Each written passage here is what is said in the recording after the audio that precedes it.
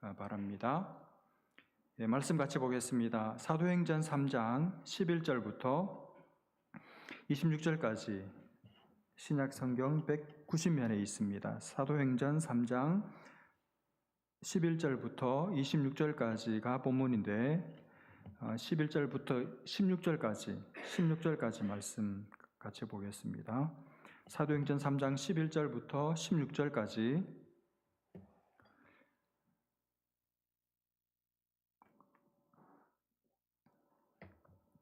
(3장) 11절부터 16절까지 찾으셔서 우리 한 목소리로 같이 읽겠습니다. 사도행전 3장 11절부터 16절까지 한 목소리로 같이 읽습니다. 시작.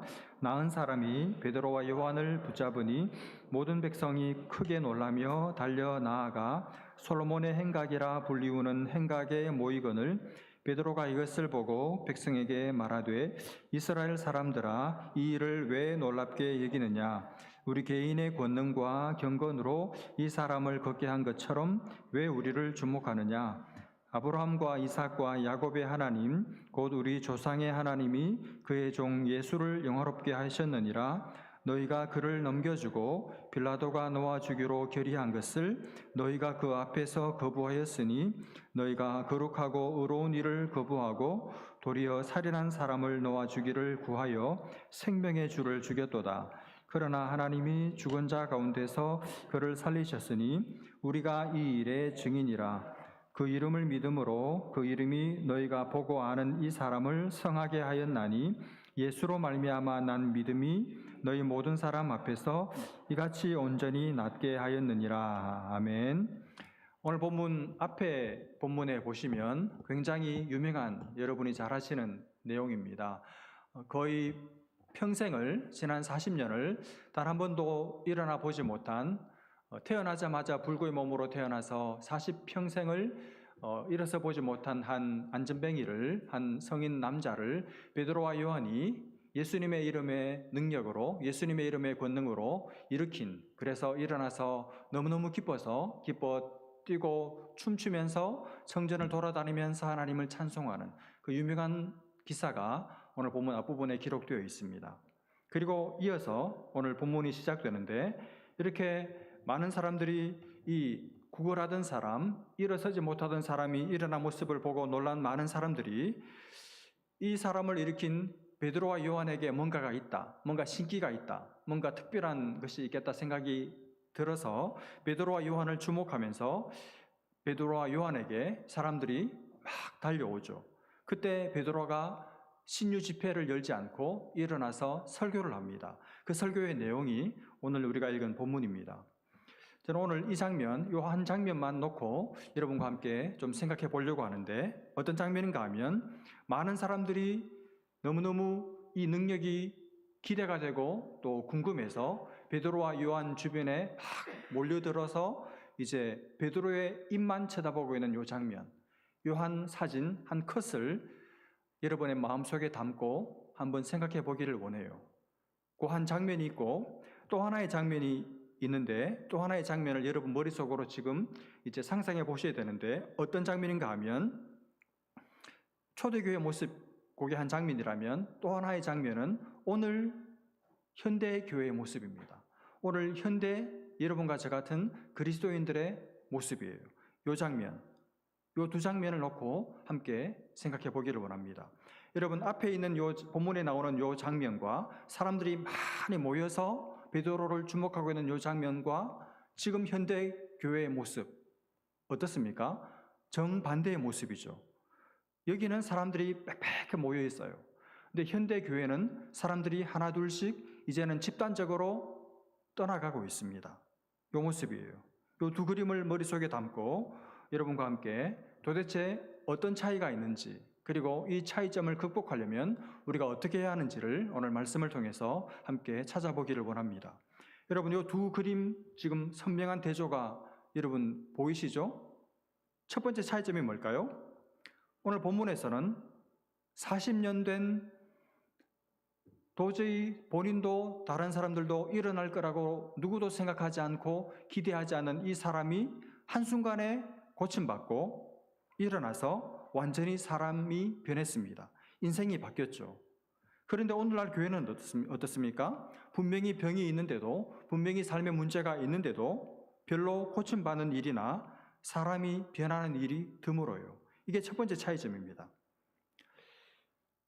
이 사람은 완전히 변했는데 오늘날은 40년 아니라 오래, 아니 평생을 예수를 믿어도 사람들이 안 변해요. 예수 믿기 전이나 예수 믿고 나서나 옛날 모습 그대로입니다. 그런 사람들이 교회 안에 있어요. 여러분과 저같이 이렇게 오랫동안 교회를 드나들고 예배당에 앉아서 예배를 드려도 사람들이 잘 변하지를 않습니다. 자기 성질, 자기 버릇, 자기 생각, 자기 주장, 자기 스타일, 자기 일하는 방식, 그 고집을 버리지를 않습니다. 바뀌지가 않아요. 똑같아요. 그대로입니다. 교회 안에서 사람 변하는 일이 드물어졌습니다. 여러분, 이 장면을 놓고 두 가지 면에서 적용해 볼 수 있을 것 같아요. 먼저 개인적으로, 여러분 개인적으로 냉정하게 말해서 여러분은 지난 1년 동안 혹은 지난 5년 동안, 지난 10년 동안 여러분이 스스로 혼자 있는 시간에 스스로 생각해 봐도 여러분은 정말 예수님 때문에, 예수를 믿고 나서 정말 예수가 여러분을 바꾼, 예수님이, 하나님의 말씀이 여러분을 변화시킨 그 어떤 것이 있습니까? 아니, 예수를 믿고 나서 여러분 많이 변하셨습니까? 그리고 좋게 변하셨나요? 내가 변했다는 것을 남들에게 막 자랑스럽게 떠들 수는 없어도 적어도 내 마음으로는 그래, 내가 조금씩 변하고 있어. 내가 변했지. 그리고 점점 더 변할 거야. 좋아질 거야. 여러분 자신에 대해서 그런 기대감이 여러분에게 있습니까? 뿐 아니라 남들도 여러분을 보고 야, 집사님, 권사님, 장로님 예전하고 많이 달라졌어요. 요즘은 집사님을 뵈면 마음이 편안해요. 너무너무 좋아요. 집사님 대하는 게 너무너무 편해요. 처음 권사님 뵀을 때보다 지금이 훨씬 더 좋은 것 같아요. 여러분 그런 소리를 요즘 들으십니까? 여러분이 정말 마음에 성경을 모시고 계시고 여러분이 정말 여러분의 인생을 소중하게 생각하는 분이라면 여러분 자신의 변화를 놓고 하나님 앞에서 진지하게 기도해 보시기를 바랍니다. 그리고 자기가 정말 변하고 있는지, 내가 정말 성장하고 있는지 스스로를 체크해 보시기를 바랍니다. 그리고 여러분의 성장 계획을 세워 보시기를 바랍니다. 여러분 자신의 성장에 대해서 열망을 가지시기를 바랍니다. 자기는 성장하지 않으면서, 자기는 조금 더 변하지 않으면서 타이틀이 높아지기를 기대하지 마세요. 성장하는, 잘 변하는, 하나님의 손에 잘 플렉시블하게 잘 바뀌는 그런 사람 되셔서 어떤 자리에 어떤 타이틀을 가지고 있어도 유용한 쓸모있는 하나님의 사람으로 자라가시기를 주님의 이름으로 축복합니다. 또 하나, 여러분 오늘날 교회는 변하지 않는다고 그랬는데 우리 교회를 한번 놓고 생각해 보시죠. 여러분 우리 교회는 사람을 바꾸는 능력이 있습니까? 우리 교회 청년부는, 우리 교회 성년부는, 우리 교회 신혼부부 팀은 사람을 변화시키는 그 능력이 그 부서 안에 내면적으로 흐르고 있나요? 여러분 실제로 우리 교회 안에서 사람이 바뀌고 있습니까? 우리 교회 안에서 지난 6개월 동안 바뀐 사람이 있습니까? 목회자로서 저는 솔직히 대단히 부정적입니다. 잘 없어요. 이걸 우리는 기도 제목으로 삼아야 할 거라고 생각합니다. 하나님, 우리 교회 안에 사람을 변화시키는 능력을 주십시오. 40년 된 병자를 예수님의 이름의 능력으로 벌떡 일으킨 이 능력을 하나님 우리 교회 안에 부어주십시오. 그래서 실제로 우리 교회 안에서 남자들이 변할 수 있도록 도와주십시오. 파더와이즈 아무리 많이 해도 안 변하면 시간 낭비인 거잖아요. 안 변하면 뭐하러 해요? 안 변하면 틀림없이 이기 모집해도 안 모일 거예요. 그러나 일기생들이 변하면 여러분 때문에 여러분을 보고 이기생들이 구름대같이 모여들 줄로 믿습니다. 하나님 우리 교회 안에, 우리 부서 안에, 우리 가정 안에 남편이 아내가 변하게 해주십시오. 이것이 우리 교회의 기도 제목이 될 수 있기를 간절히 바랍니다. 이게 첫 번째 차이점입니다. 한 장면은 변했고 우리는 잘 안 변하고, 두 번째 차이점이 뭘까요? 초대교회는 세상 사람들이 교회를 보고 놀랐습니다. 또 오늘날 교회는 사람들이 보고도 놀라지를 않아요. 이게 두 번째 차이점입니다. 여러분, 놀라는 것은 당연하죠. 왜냐하면 사람이 실제로 변했으니까, 인생이 달라졌으니까, 앉아있던 사람이 하루아침에 일어났으니까, 놀라운 일이 일어났기 때문에 놀란 것이죠. 그러나 오늘날 교회를 보고 사람들은 놀라지 않습니다. 왜 그렇습니까? 놀랄 일이 안 일어나기 때문이죠. 여러분, 사람들이 초대교회에서는 교회를 보고 신비롭게 생각했습니다. 교회를 보고 감탄했습니다. 감탄과 신비감을 사람들이 교회에 대해서, 초대교회에 대해서 가지고 있었습니다. 근데 오늘날 교회는 사람들에게 신비감이 없죠. 사람들이 감탄하지 않아요. 왜 그럴까요? 당연하지 않을까요? 사람들이 변하지 않는데, 자기들이나 교회 다니는 사람들이나 똑같은데, 다른 게 없는데, 아니 어떨 때 보면 예수 믿는 사람들이 더 이기적이고 더 자기 것 챙기는데, 세상 사람들이 교회를 보고 놀랄 이유가 없는 거잖아요. 놀라고 놀라지 않고, 이게 두 번째 차이점입니다. 그리고 세 번째 차이점은 초대교회는 세상의 주목의 대상이 되었고, 초대교회는 세상 사람들이 교회를 주목했고, 지금은 세상이 주목하지 않습니다. 세상이 주목하지 않는 교회가 되었습니다. 이게 세 번째 차이점이에요. 여러분, 오늘날 사람들은 교회를 주목하지 않습니다. 여러분, 주목하지 않는다는 말이 무슨 말일까요? 원색적으로 말하면 사람들이 더 이상 교회에 거는 기대가 없습니다. 교회에서 뭔가가 나올 거라고 기대하지 않습니다. 교회에 대한 기대감이 없습니다. 교회에서 뭔가 선한 것이 나올 거라는 생각을 안 해요. 해나 끼치지 않았으면 좋겠다. 목사들이 사고나 치지 않았으면 좋겠다. 더 이상 사람들끼리, 교인들끼리 싸우는 짓거리나 안 했으면 좋겠다. 이게 세상이 교회를 바라보는 눈이죠. 쟤들은 왜 있는 거야? 뭐하러 저렇게 시끄럽게 떠들어대는 거야? 차라리 그냥 없어졌으면 좋겠다 하는 것이 오늘 교회를 바라보는 이 시대 사람들의 시선이고 분위기죠. 여러분, 그걸 느끼십니까? 많이 느끼실 거예요. 여러분, 제가 방금 이 세 가지 본문에 나오는 교회의 모습과 오늘날 교회의 모습의 차이점 세 가지를 말씀을 드렸습니다. 뭐라 그랬습니까? 첫 번째는 사람이 변했고 안 변하고, 두 번째는 사람들이 놀랐고 안 놀라고, 마지막 세 번째는 사람들이 주목하고 주목하지 않고. 이 세 가지 차이점을 들으시고 여러분 기분이 어떠십니까? 마음이 좀 화가 나고 착잡하시지 않으세요? 그래, 맞아. 옛날에는 안 그랬어. 옛날에는 적어도 교회 다닌다고 하면 참 좋은 데 다니시네요. 저도 시간만 되면 가야 되는데 언젠가는 갈 거예요. 제가 만난 사람들 중에 그래도 예수 믿는 사람들이, 교회 다니는 사람들이 그나마 착하고 사람들이 낫더라고요. 그런 얘기는 들었어요. 연애 다니다 하는 소리 빼고는 교회가 욕먹는 일은 사실 거의 없었습니다. 그렇죠. 근데 요즘은 아닌 것 같아요. 요즘은 교회가 칭찬 듣는 거 있습니까? 실컷 사회봉사 어떤 종단보다 많이 하는데도 그것도 안 알아주고, 알아주는 게 거의 없어요. 왜 사나? 왜 있나? 그런 분위기예요. 정말 세상이 많이 변했다는 생각이 들어요. 옛날 같지가 않습니다. 여러분, 목회를 하는 저도 그런 생각이 많이 들고 요즘은 정말 실제로 피부로 느낍니다. 여러분, 제가 신학교 다닐 때만, 신학교 들어갈 때만 해도 신학교의 신학생들이 그야말로 버글버글했습니다. 경쟁률이 꽤 높았어요. 좋은 학부 출신들이 꽤 많이 들어왔습니다. 그리고 교회들 웬만큼 해도 심지어 그냥 말뚝 하나만 박아놓고 십자가만 세우면 사람들이 온다, 모인다, 그런 시대였습니다. 한국교회의 그야말로 전성기였죠. 저는 그때 이런 날이 올 거라고는 생각도, 꿈에도 한 번도 생각해 본 적이 없어요. 늘 그럴 줄만 알았습니다.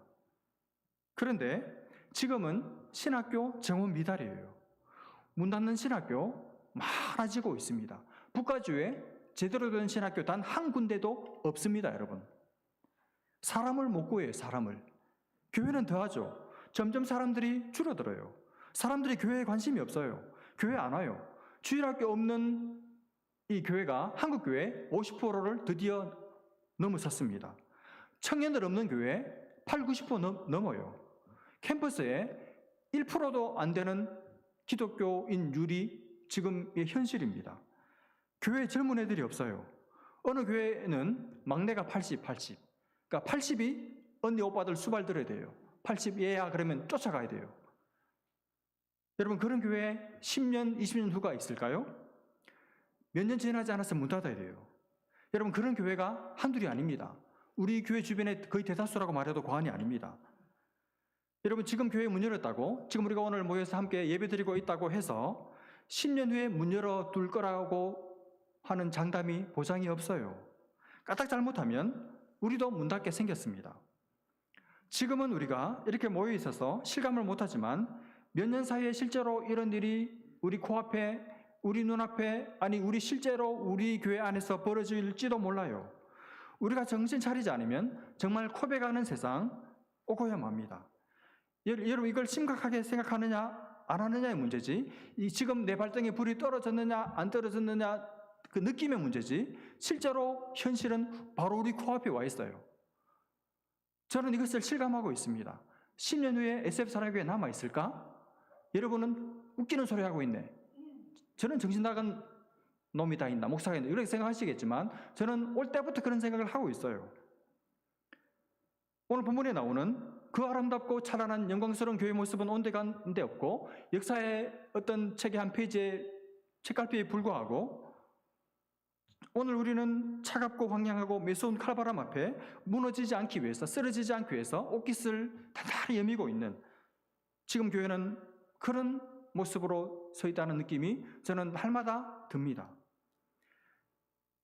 그냥 이대로 우리 세대는 교회 문 안 닫으니까 괜찮겠지 뭐, 어떻게 되겠지 뭐, 목사님이 알아서 하겠지 뭐, 이러고 그냥 여러분 지나도 괜찮을까요? 그렇게 나만 생각하고 우리 자녀 세대, 다음 세대를 위해서 우리가 준비하지 않으면 우리 자녀들은 여러분 교회 없이, 하나님을 알 수 있는 채널도 없이, 교회 생활도 모르고 신앙의 풍성한 부유함도 모르고 하나님 없이 인생을 살아가는 비극을 맞닥뜨릴지도 몰라요. 그래서 여러분, 우리가 우리 생각만 해서는 안 됩니다.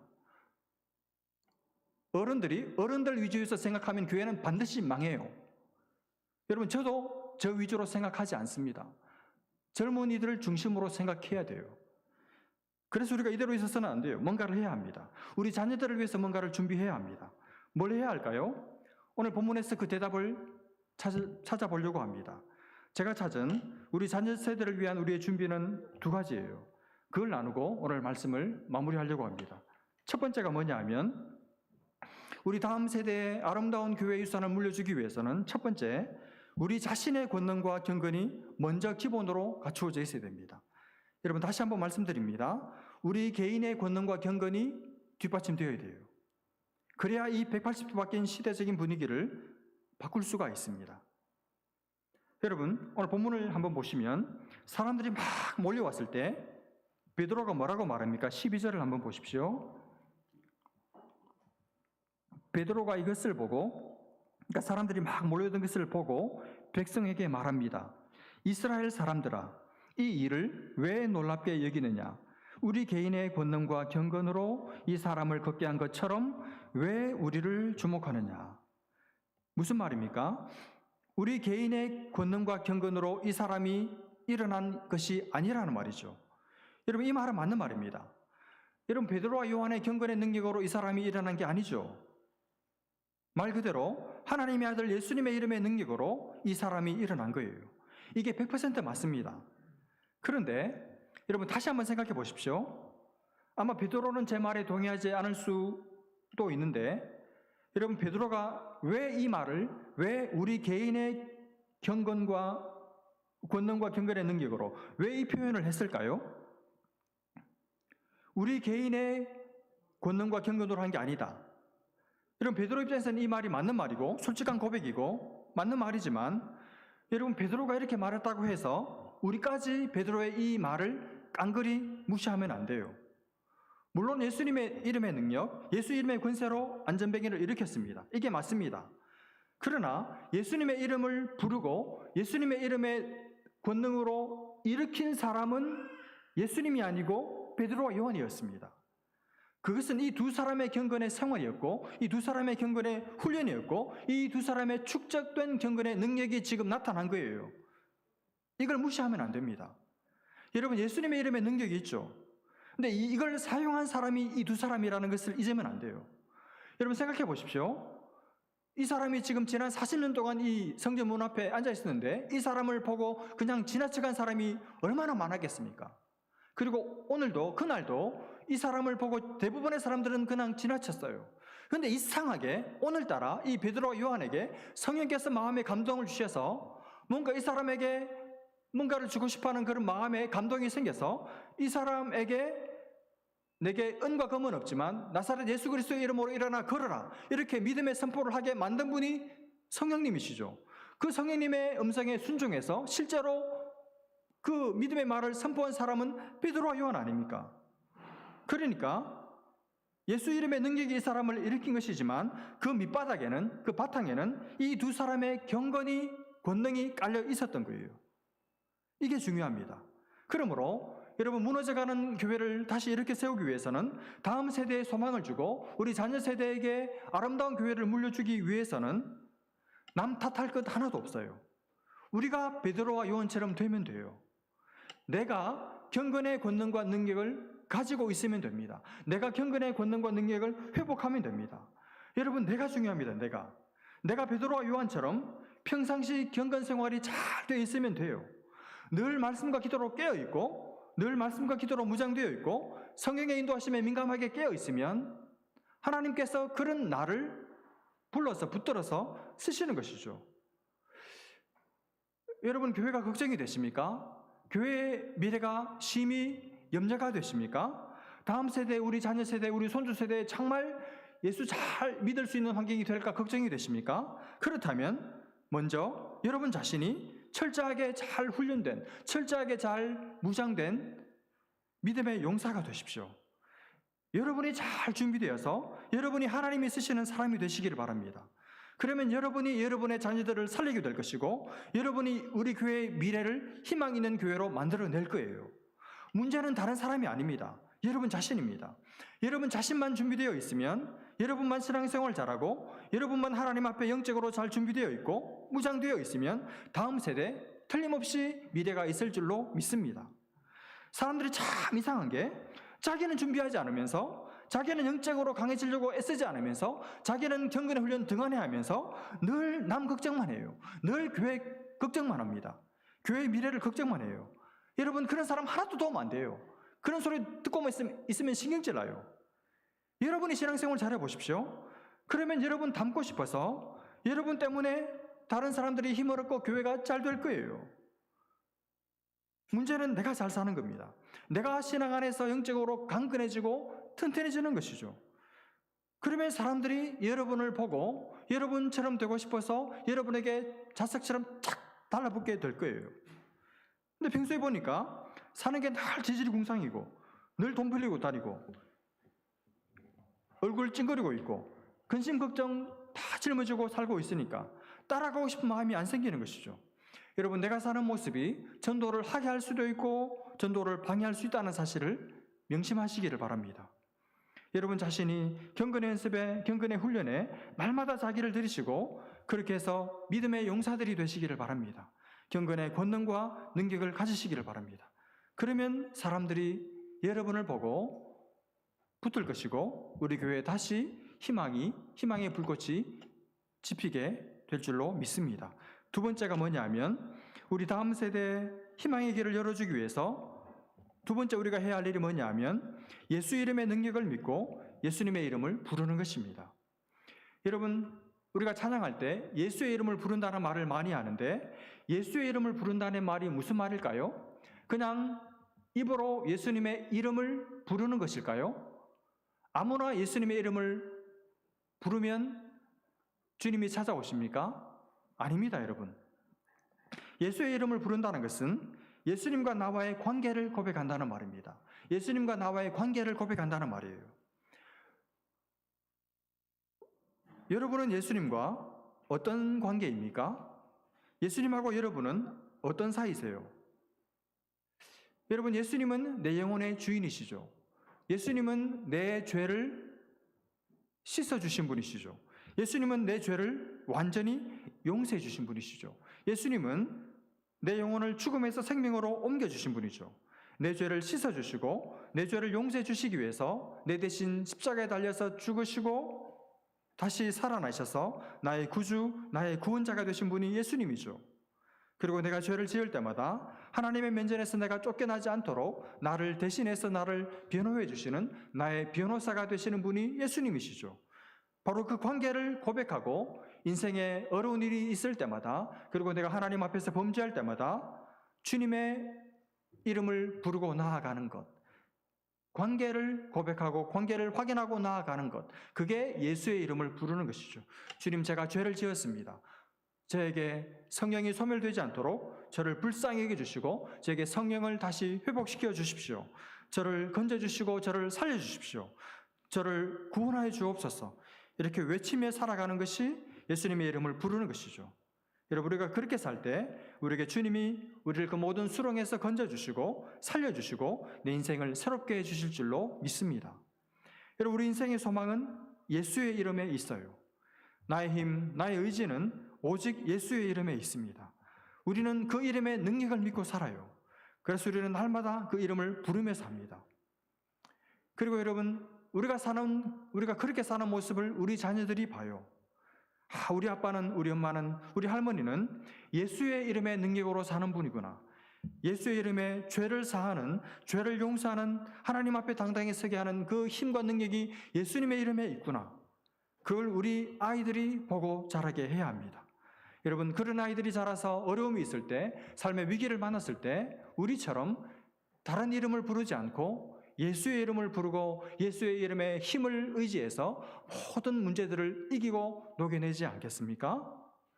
우리 부모님이 믿고 의지했던 그 예수, 나의 의지, 나의 힘, 예수 그리스도, 그 이름 때문에 내가 살고 우리 자녀들도 다음 세대에도 소망이 있고 살아날 줄로 믿습니다. 여러분, 우리가 참으로 의지할 분은 예수님밖에 없어요. 우리가 부를 수 있는 이름은 예수님의 이름밖에 없습니다. 여러분, 예수의 이름을 부르는 자마다 구원을 얻게 돼요. 예수의 이름을 부르는 자마다 그 마음에 힘을 얻고 용기를 얻고 자신감을 회복하고 세상을 이길 담력을 얻게 됩니다. 예수의 이름만이 우리의 힘이고 우리의 소망이고 우리가 평생 의지할 든든한 반석이 되는 줄로 믿습니다. 여러분, 하루하루 살아가실 때마다, 삶의 어려움을 만날 때마다 예수의 이름을 부르십시오. 그리고 예수의 이름을 부르는 그 모습을 여러분 쇼를 하더라도 여러분의 자녀들에게 꼭 보여주시기를 바랍니다. 지금까지 다른 모습을, 다른 이름을 부르는 모습을 보여주셨다면 지금부터라도 예수의 이름을 부르는 여러분의 모습을, 무릎 꿇은 여러분의 모습을 자녀들이 보게 하십시오. 여러분이 무릎 꿇다 보면, 쇼라도 보게 하기 위해서라도 무릎 꿇다 보면 진짜 깊은 기도로 성령께서 몰아가실 거예요. 그 모습을 여러분의 자녀들이 보고 아이들의 마음속에 각인되어서 우리 자녀들 세대에, 우리 자녀들도 예수의 이름을 부르는 자녀들만 될 수 있다면 우리 교회 다음 세대에 틀림없이 소망이 있게 될 줄로 믿습니다. 이 은혜가 우리 모두에게 함께 하시기를 주님의 이름으로 축복합니다. 같이 한번 기도하겠습니다. 하나님 아버지, 은혜를 감사합니다. 하나님 아버지, 이 어려운 시대에 하나님, 사람들이 주목하지 않고 또 사람들이 잘 변하지 않고 또 찾지 않은 이 시대이지만 하나님, 우리가 다시 우리 자신의 경건과 능력을 회복하고 예수 이름의 능력을 알고 예수의 이름을 부름으로 하나님, 우리 자신이 살고 교회를 살려내고 우리 자녀 세대, 다음 세대에도 좋은 신앙을, 아름다운 신앙을 계승해주는, 물려주는 우리 부모 세대, 어른 세대 되게 도와주셔서 하나님, 날이 갈수록 좋은 교회, 날이 갈수록 소망이 있는 교회, 기쁨이 넘치는 교회 만들어갈 수 있도록, 물려줄 수 있도록 우리 모두에게 은혜를 베풀어 주옵소서. 많은 사람들이 예수의 이름을 가지고 있지만 하나님, 베드로와 요한만이 하나님 예수의 이름을 부를 줄 알고 사용할 줄 알았던 것처럼 하나님, 우리 안에 있는 예수의 이름을 그냥 우리의 입에만 붙여놓지 않고 우리의 삶으로 고백하고 선포하고 외치게 하셔서 우리의 삶의 모든 어려움들을 예수의 이름의 능력으로 헤쳐나가고 녹여내는 복된 성도들 다 되게 하여 주옵소서. 우리 교우들 가운데 삶의 어려운 문제들을 가진 지체들, 이 한 주간 예수의 이름을 부르게 도와주셔서 예수의 이름의 능력이 우리의 삶의 위기 가운데 찾아와서 문제를 해결해내는 역사를, 능력을 보는 모든 교우들 되게 하여 주옵소서. 믿고 감사하며 예수님의 이름으로 기도합니다.